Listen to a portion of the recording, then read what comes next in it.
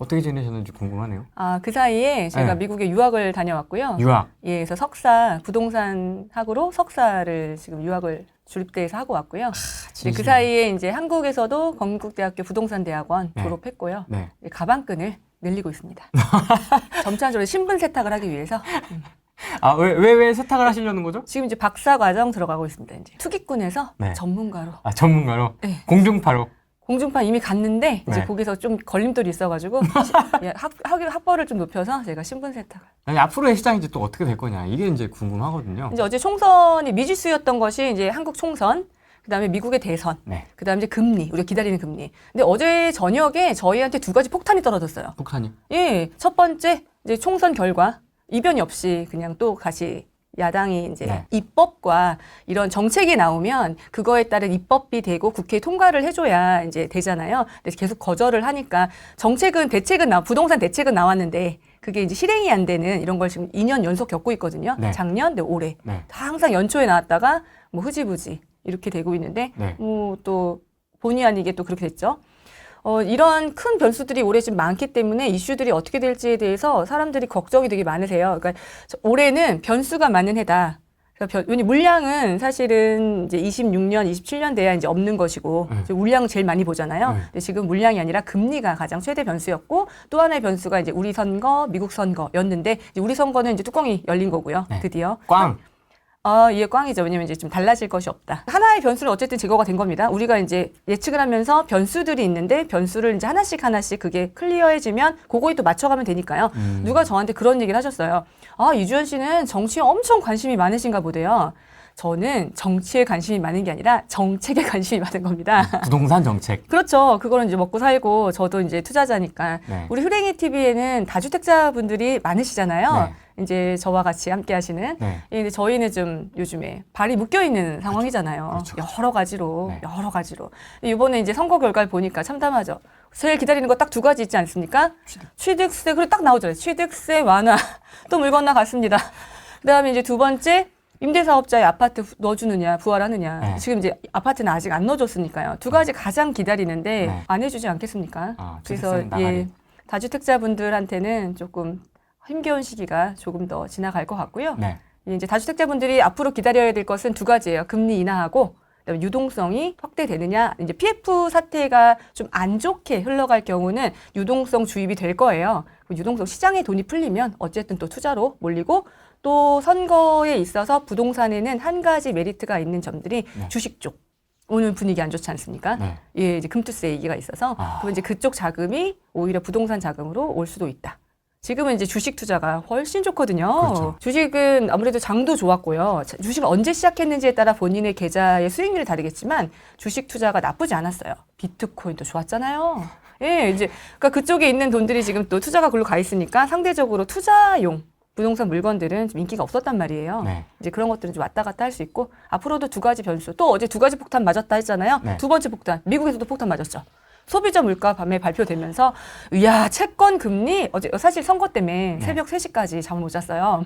그 적정지가 좀 있어가지고 저희 지역도 좀 적정지였고 새벽 3시인가 4시쯤에 잠을 잔 것 같은데 진짜 관심이 많으시네요. 저는 이제 민생이 달려있으니까. 잠을 못 잘 정도로. 저는 이제 당장 오늘 이 방송도 해야 되고, 이제 또 신문사에 전화도 오고 하면 이제 코멘트도 해야 되고 하니까. 이제 보고 있다가 또 미국에서 발표가 난 거예요. 그랬더니 채권이 갑자기 로켓 쐈어. 4.5 진짜. 그 4.5가 마지노선인데 또 그걸 터치하니까. 그러면 이자를 어떻게 내려요? 채권 물이 또 이렇게 오르면. 또 하나는 그러니까 또 그 환율이 사실 1,400원 다시 가느냐 마느냐 엄청 민감하거든요. 사실 주식시장 오늘 조금 빠졌어요. 이제 선물을 먼저 반영하는 미국의 이제 ETF 두 가지가 있는데 두 가지가 다 지금 안 좋았었거든요, 밤에. 예. 이제 오늘 국장 이 이제 또 영향을 받죠. 대신 공매도가 지금 현재는 금지되어 있는 상태니까 아주 센 충격은 적겠지만 이렇게 환율이 올라가면 이제 뭐 다 요즘 주식도 다 잘하시니까 그 주식에 아무래도 외인들이 돈을 빼가겠죠. 환차가 나니까. 그래서 안 좋은데 어제 환율도 어제 저녁엔 저희가 이제 다주택자 입장에서는 두 가지 폭탄을 맞았다. 우리가 예상하는 정책적인 큰 혜택이라든가 부양책도 정부는 해주고 싶으나 이제 쉽게 쓸 수 없을 것이며 두 번째 우리가 기다리고 있는 금리 인하도 우리가 지금 양치기 소년한테 계속 당하고 있잖아요. 작년에 가을 금리 인하설. 그다음에 뭐 하반기 금리 인하설. 그렇죠. 그래서 이제 뭐 분양권 가자 있고 그죠? 그거 안 왔잖아요. 그다음에 이제 또 올해 3월 금리 인하설. 그다음에 이제 그 지나가고 또 5월 금리 인하설. 5월, 6월. 그러니까 이제 뭐 매달 양치기 소년이 금리 내려요 하는 것처럼 네. 저희가 이제 기다리는데 금리가 안 내리니까 네. 지금 조금 상황이 투자자한테는 좋진 않죠. 아, 네. 지금 아니 이제 총선 결과 얘기하니까 네. 또 이제 짤 같은 게 좀 도는데 질문제는 없는 내용 네. 좀 중간에 넣자면 좀 몇 가지 궁금한 게 있어서 재개발 재건축은 어떻게 되는 겁니까? 재개발 재건축은요. 일단 재개발 쪽은 크게 이슈는 없을 것 같고요. 재개발은 사실 서울 지역은 오세훈 서울시장 에 좀 달려 있어요. 그걸 이제 심의가 옛날보다 팍팍 진행이 안 돼서 승인을 딱딱 해줘야 돼요. 관철해주고 사업 신기가 딱 해줘. 이제 그게 지금 조금 속도가 조금 느린데요. 네. 그런 문제가 있고요. 이제 신통하고 모아는 좀 밀어주는 반면 이제 조금 약간 이게 속도차가 있어가지고 재건축이 문제죠. 서울의 재건축.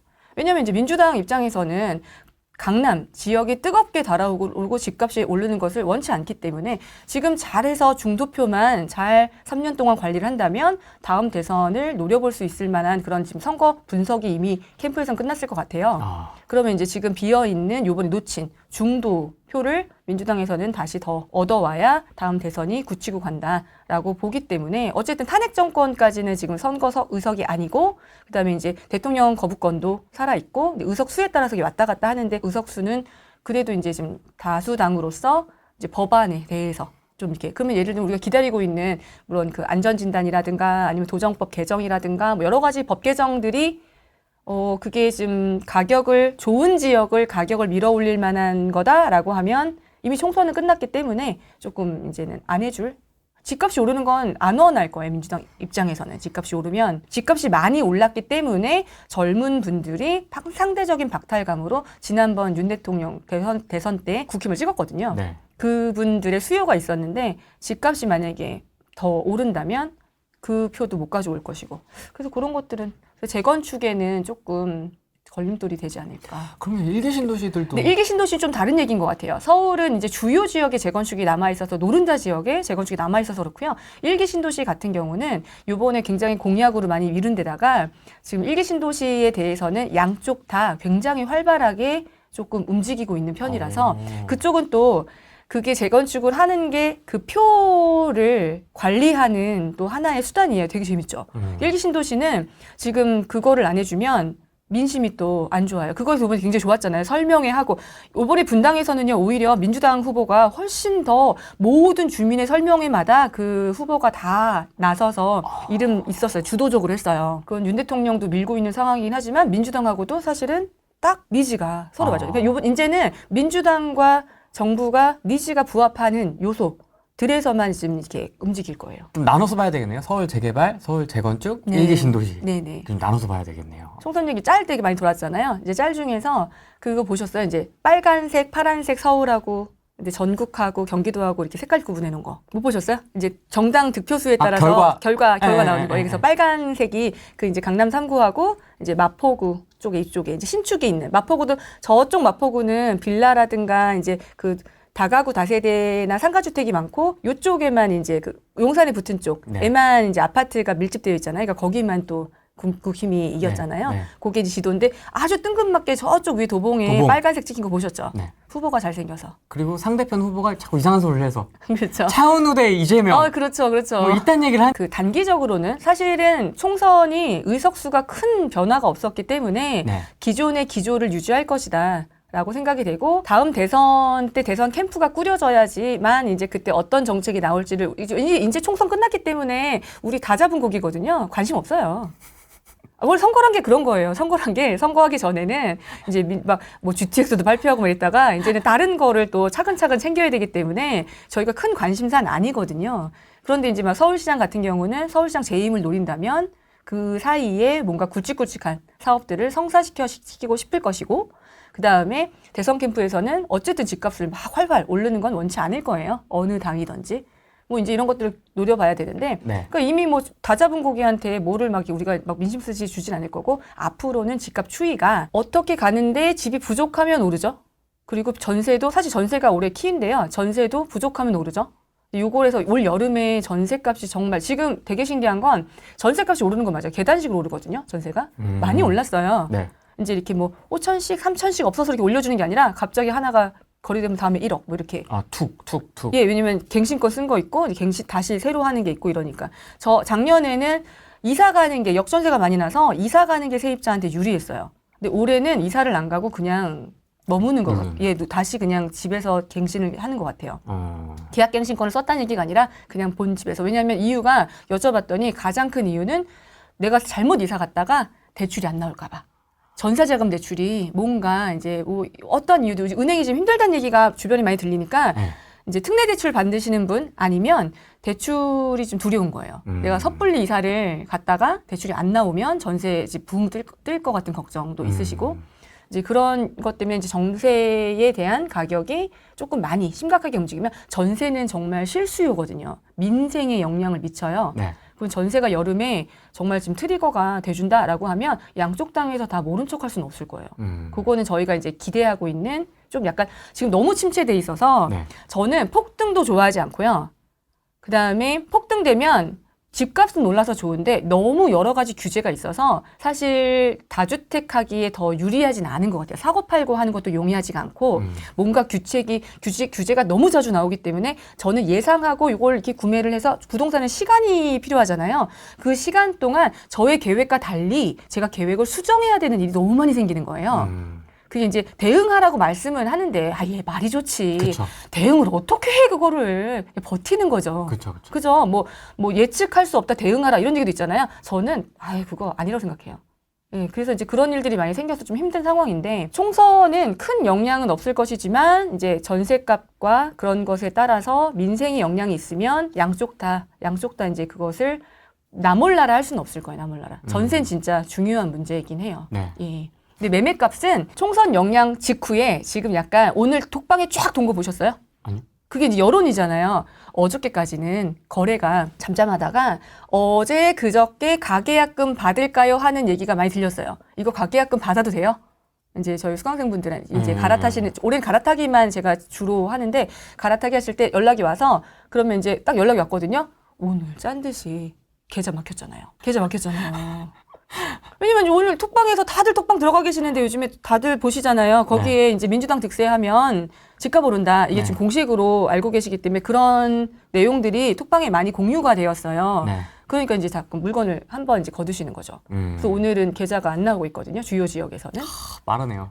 이제 다들 요즘은 실시간 정보의 격차가 없다 보니 요즘엔 금매 정보라든가 실거래가 정보라든가 실거래가가 어플에 뜨기 전에 이미 동네에서 단톡방이 딱 올라옵니다. 어디 몇 동 몇 호, 얼마에 거래를 했대요. 그러니까 지금은 시차가 거의 없죠.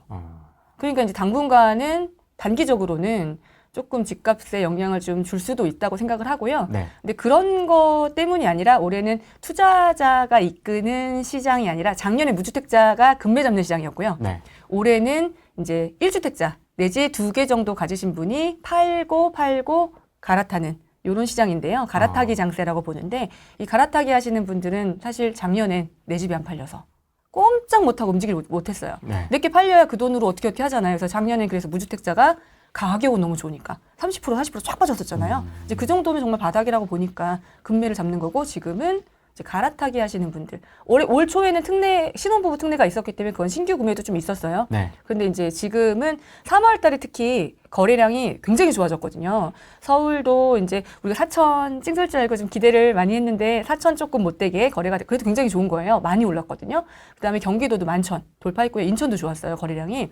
근데 이제 주요 지역에 우리가 이제 톡방에서 보면 아주 좋은 주요 지역의 시세나 거래나 실거래가만 이제 이렇게 오고 가요. 모니터링 하시는 단지가 그런 쪽이다 보니. 네. 그런데 실제로 3월 달에 거래가 많이 증가한 지역들은 이제 1, 2월에 그런 좋은 지역들이 금매가 빠지기 시작하면서 한번 쉬고 그 다음 지역들 마포, 성동구 뭐 이렇게 뭐 저희 광진구 뭐 이렇게 뭐 좋은 지역에 선호하는 단지들, 뭐 이제 송도도 이제 109, 209 이렇게 학군 좋은데, 뭐 청라도 제일 좋은 단지, 뭐 김포도 제일 핵심, 그 9호선에서 제일 가까운 데부터 금매가 먼저 빠져서 그런 주요 구가 30% 40% 거래량이 증가한 그 데이터를 보여줬거든요. 그러니까 실제로는 주변지들이 거래가 되었다라고 보여지거든요. 주변지도 이제 핵심 단지의 금매부터 좋은 것부터. 이제 그다음부터 항상 차례로 이렇게 순환매가 되는데 작년에 그 순환매를 못 하고 넘어갔어요. 순환매가 올 쯤에 이제 가을부터 갑자기 금리 올랐죠? 이제 이스라엘 전쟁 터졌죠? 네. 그러니까 갑자기 시장이 또 확 죽었었거든요. 이제 그게 이제 1, 2월에 서울의 주요 지역부터 풀리다가 이제 3월에는 이제 본격적으로 조금씩 온기가 퍼지면서 가격이 좋으면 단 전제 조건이 있어요. 가격이 좋아야 돼요. 구매할 가격이 금매여야 돼요. 제 가격엔 아직 사고 싶지 않으신 것 같아요. 근데 이제 이게 좀 장이 조금 하고 물건이 만약에 혹시라도 없게 되면 다시 이게 올라타는 장세가 될 건지는 지켜봐야 돼요. 왜냐면 실거주 하시는 분들은 꼭 그 단지, 그 동네 이사 가셔야 되거든요. 그렇죠. 그래서 이분들이 집값을 조금 올리는 편이에요. 투자자분들은 옆으로 가버리잖아요. 네. 이제 남는 게 없으니까. 갑자기 급등하면. 근데 이제 실거주장일 때는 그런 것들이 조금 약간 요소가 있고, 올해 사실 갭 투자가 조금 진행이 될 거라고 생각을 했는데, 생각보다 갭 투자가 지금 진행이 안 되는 이유가요. 재산세에 부담이 좀, 추가 구매를 하면서 부담이 좀 있고, 생각보다 갭이 커요. 갭이 이제 4억, 5억 정도로 이제 주요 지역의 좋은 아파트를 구매하기에는 지금 전세가 매물이 없는데, 또 거래가 없어요. 그러니까 혹시라도 이제 세입자 나가시면 전세 못 구해서 돈이 더 많이 들어갈까봐 이제 좀 주춤하시는 게 있어서 생각보다 갭 투자 선호는 좀 없으신 것 같고, 갭 투자로 잡히는 건수들이 있잖아요. 이렇게 기사에 올라오잖아요. 어느 네. 지역에 뭐 동탄 이런데 네, 갭 투자. 네. 그거는 한시적 1가구 2주택을 활용해서 자금이나 신용이 조금 대출이 나오시는 분들이 갭으로 그 이사 갈 집을 미리 금매를 잡아놓은 경우도 있기 때문에 그게 정말 순수 갭 투자인지 아니면 이 갈아타기 수요가 한시적 1가구 2주택을 활용한 건지도 사실은 따져봐야 돼요. 그 거래가 된 주요 지역들이 좀 선호 지역이거든요. 네. 그래서 지금 디테일하게 보면 이런 차이가 있죠. 지금은 갈아타기들이 조금씩 움직이고 있다. 예, 저는 갈아타기는 올해 꼭 하셔야 된다 생각해요. 갈아타기는 장이 활활, 집값이 활활 올라가면 못 갈아타요. 내가 갈아탈 집이 너무 많이 올라버리기 때문에 내 집을 팔아도 돈이 더 필요해요. 근데 이제 어쨌든 내 집이 팔려야 중도금 잔금 착착 자금이 맞기 때문에 네.